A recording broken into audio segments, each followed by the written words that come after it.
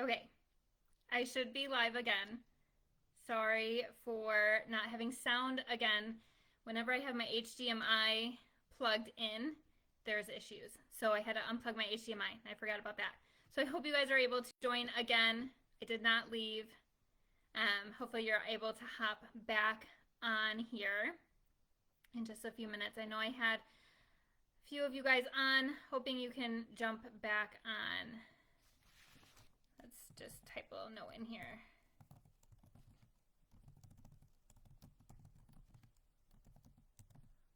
Just so you guys know. Okay. Hopefully that goes through. But I'm going to start over. So I hope you guys all.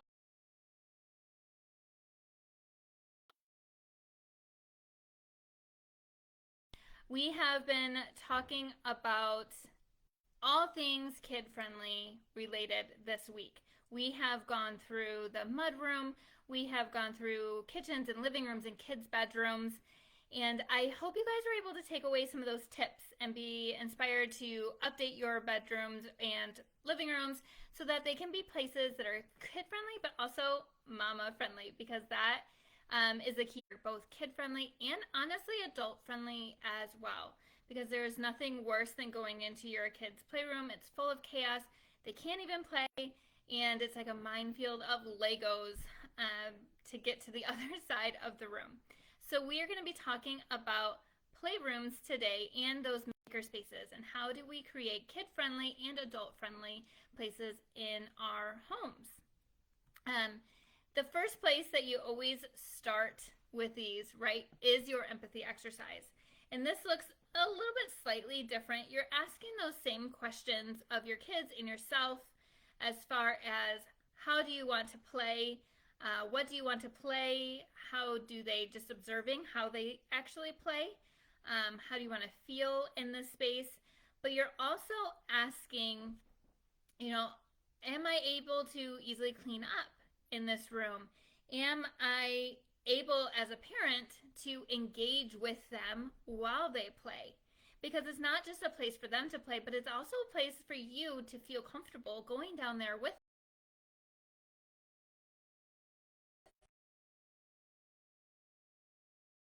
them, to discover with them, to wonder with them, and to build with them. And so how do we create this space that brings both kid interests and adults into the same space in your home? And I guess the first question I should ask is, does everyone know what a makerspace is? Because this is something, just being an engineer, this is something that's natural for us as engineers. We love makerspaces, and a makerspace is bigger than an art room or a craft area. It's that plus creating those engineering moments. So does it have things that the kids can build with? Does it have even a computer so they can start learning CAD and then building with that? If you're really like all gung-ho on maker spaces, get your own 3D printer and be able to print out the things that they create. So a makerspace is really focusing on STEAM. So it's the art plus the engineering and the math in one place, so that they can just go wild with wondering and doing hypothesis and solving and doing all of that in their space. And it ranges, from babies with art and their motor skills, their fine motor skills, all the way up through my 9-year-old. This is her favorite room in our house. I know she has used our makerspace to do so many crazy things. On a rainy day, she'll just develop a board game. I know I've shared that. I think on my spaces are so important to have. And then as well as playrooms, making sure that you have enough stuff, but not too much that it overwhelms your kiddos. So let's dive in. We've talked about how you get your empathy exercises in. That then, right, will create your intention statement or your summary for the space, followed then by your mood board, where you're bringing images in to make those words come to life. Not necessarily what you want to put in the space, but those images that really inspire those words. And that'll be your guiding light as you're figuring out what you want to update in your spaces. So now on for my top tips for makerspaces and playrooms. The biggest tip is make sure that you have easy to clean systems in place. And so what does that mean? It means if you have storage that have doors, you're able to put in those clear bins like how we talked about in the living room without lids so that the kids can easily move them in and out on shelves. We are talking about if you have shelves and you want the toys out, make sure you get solid bins or crates of some sort. That way you don't get too busy with your eye on all the clutter of the toys. It's also decluttering your toys. If you give too many choices to your kids, they're not gonna play with all that stuff. So really start to think about what toys do we want to inspire our kids in their space, and can we do a toy rotation? We talked a little bit on living rooms with the toy rotation as well. We have a monthly rotation of a bin, at least one bin of toys. We don't put all our toys out. We really do rotate them, and the kids love it. They love to discover the new toys that are in bins that they haven't seen in a year. And it really has helped us too much clutter. They doesn't let their imaginations open up to play. So really think about decluttering your toys. And then in the space, making it easy to carry around different supplies. So having those push top, I know I use them for my sugar and push top canisters. Kids can easily push a button to open it rather than having to peel open a lid. So look into those push top containers full of pom-poms or pipe cleaners or buttons or different things like that. And then we use drawers for paper.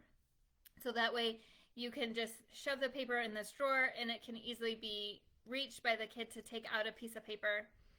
And then when I talk about easy to clean, oh my goodness, I know every mom can, totally empathize with me. All the art projects. There are so many art projects. I love to see them, but I would be lying if I said they didn't also cause me anxiety. So what do you do with all those art pieces? I always suggest making sure that there's a few hooks so that you can hang up their favorites. And then what we do is we have a drawer. This has been a lifesaver for us. We have a drawer in our makerspace that is just, we put any art project in this drawer that comes home right away, the same day. We put it in this drawer so it's not thrown away. So if they ask for it in a couple weeks, it's in this drawer. We could say, hey, your project's in the drawer. If you want to hang it up, go hang it up. Otherwise, leave it in the drawer.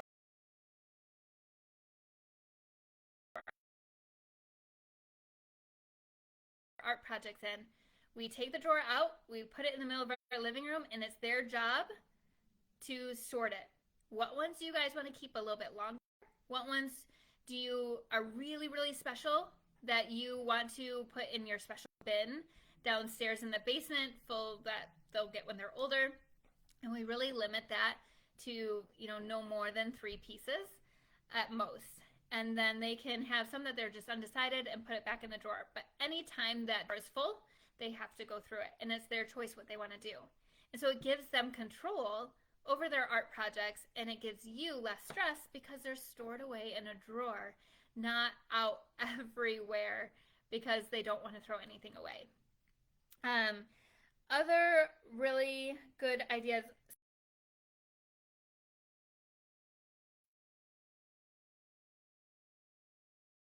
In your playrooms or play spaces for each type of play. And for this, I use the acronym B.I.G. So making sure that you have a zone for building, the B, building and small world zones. So building with blocks, making small worlds of maybe dinosaurs, your little people could go here, your building blocks, your magnetiles, making sure that you have a place, B, for building and small world. Then the I, inventor zone. So this is your makerspace. This is your arts and crafts. So anything that they can invent with their hands, crafting and building those STEAM activities, making sure that you have a place for inventor zone. The G is gross motor. So we live in Michigan where it is hard to get outside sometimes in the winter. But that doesn't change the fact that our kiddos need to get that energy out still. So giving them a place to do that in your playrooms is key. Making sure that there's gross motor place for them, whether it's a foam pad that they can jump around on or build. A good one for that is the Nugget.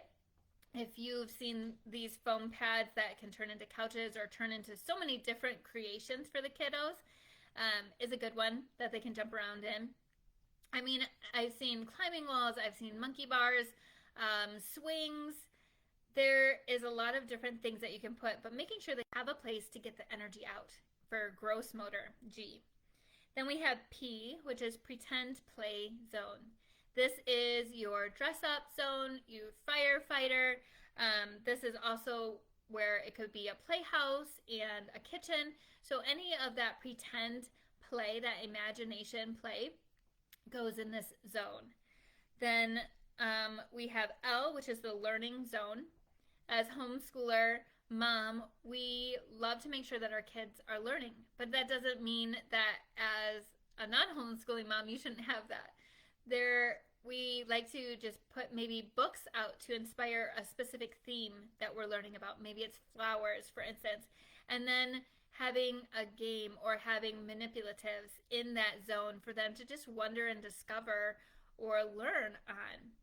So this is where your reading books go. This is where different posters could go of learning as well. So making sure you have that L, which is learning zone. And then A, the adult into their world.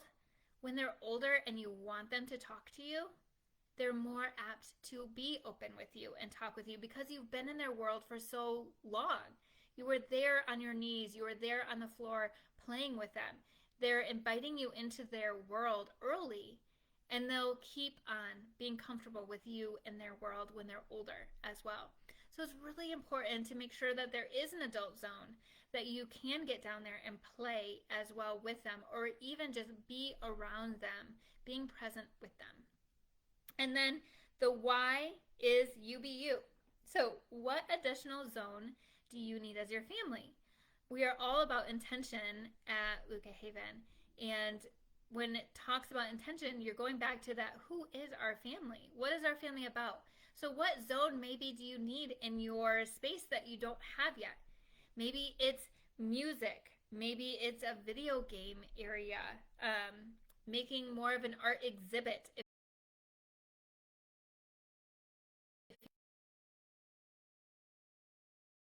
You need in your play space for you and your family. So as I said, making sure that you have all these zones for big play. Building in small world, inventor zone, gross motor, pretend play, learning zone, adult zone, and then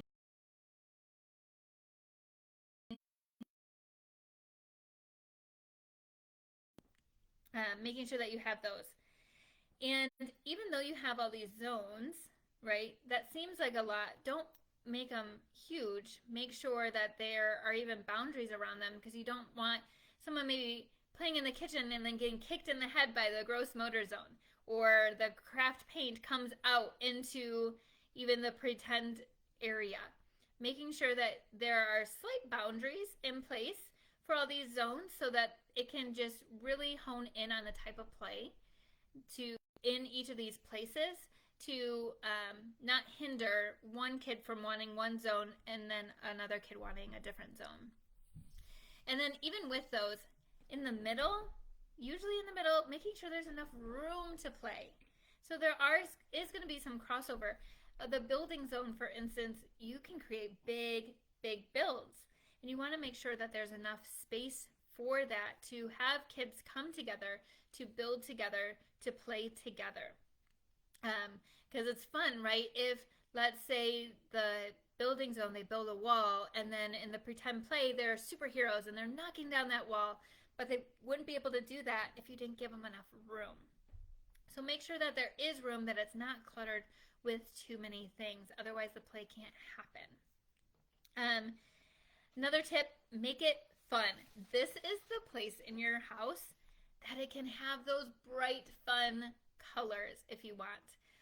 It can have a slide. It can have so many fun things that maybe you wish you had when you were little. Make it fun. Ask your kids, if you could have anything in this space, what would it be?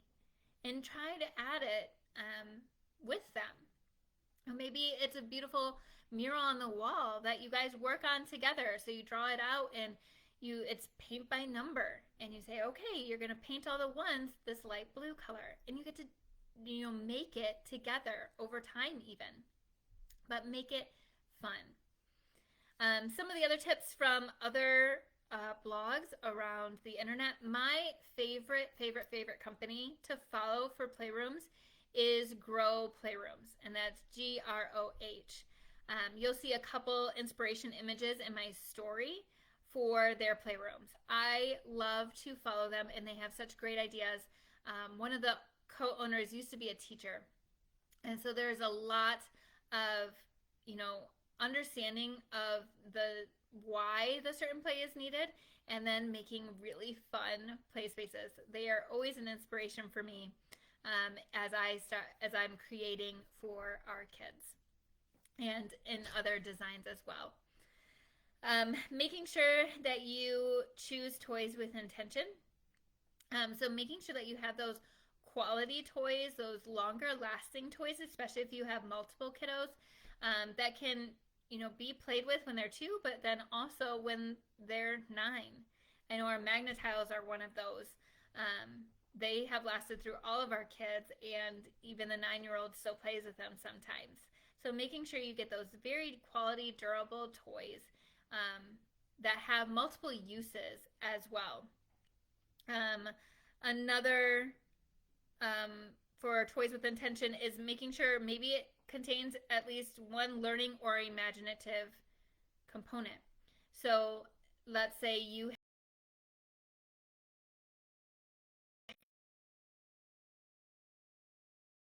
it can be the building of stacking the animals into a pyramid. We have like little owls, and they can stack, or they can be in the pretend play where their owls are going to school, or there's a mom and a dad. So if you can get those toys that serve multiple play, that is another way to reduce the toys but have really great quality toys.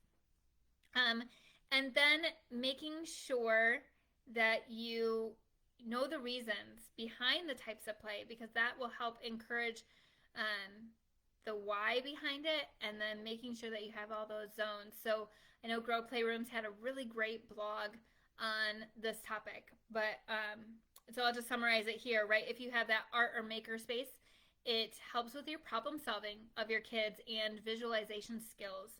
Building helps with motor skills and self-esteem as they're building. Small World, building and Small World are both like motor skills.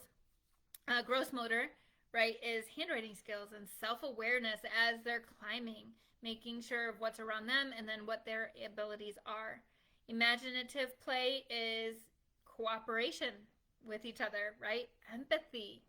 I know that has helped our kids understand how people are feeling if they can do the imaginative play. Making sure that they can, music is self-soothing and math skills. Having puzzles and games, this is something that could be in that learning area, really helps with self-control and patience sometimes as well as you're putting that puzzle together. And then skill development, so really honing in on maybe a concentration skill, following them. They are really great, guys. I'd hate to give away my secrets, but they're too good not to share. So I love Grow Playrooms, and you'll find them in my story today. But that was a lot of tips for your makerspaces and playrooms. What other tips do you guys have? What do you love to have in your playrooms that engage your kiddos? What questions maybe that I did not answer throughout this week? I also have that in my story. I would love to hear your questions. What questions do you have about kid-friendly spaces that maybe I haven't answered? I'd love to help out in any way I can. So feel free to share those with me, message me, or answer the question in my story on Instagram.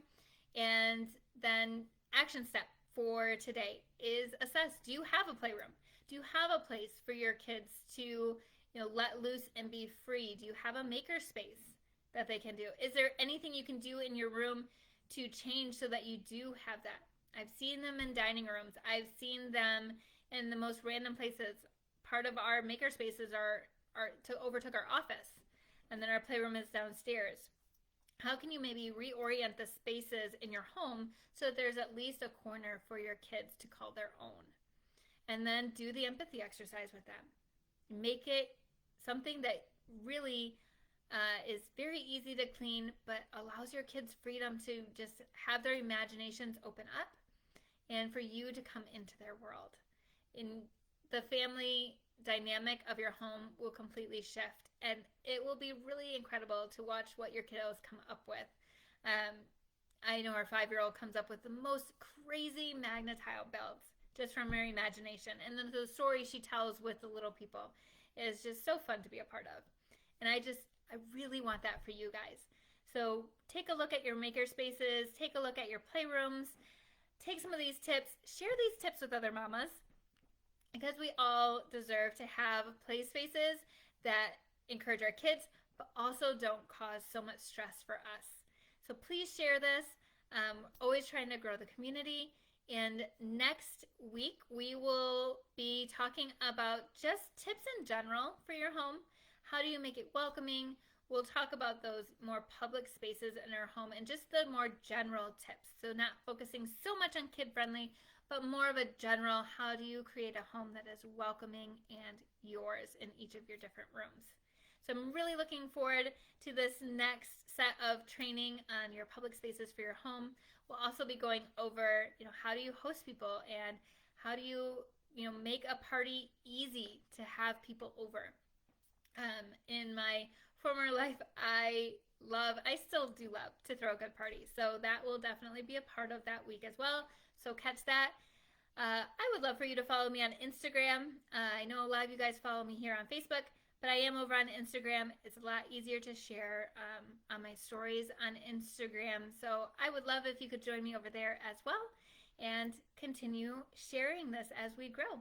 I hope you guys have a wonderful weekend, and I will be back on Monday with how to create a more welcoming home. I hope you guys have a wonderful weekend.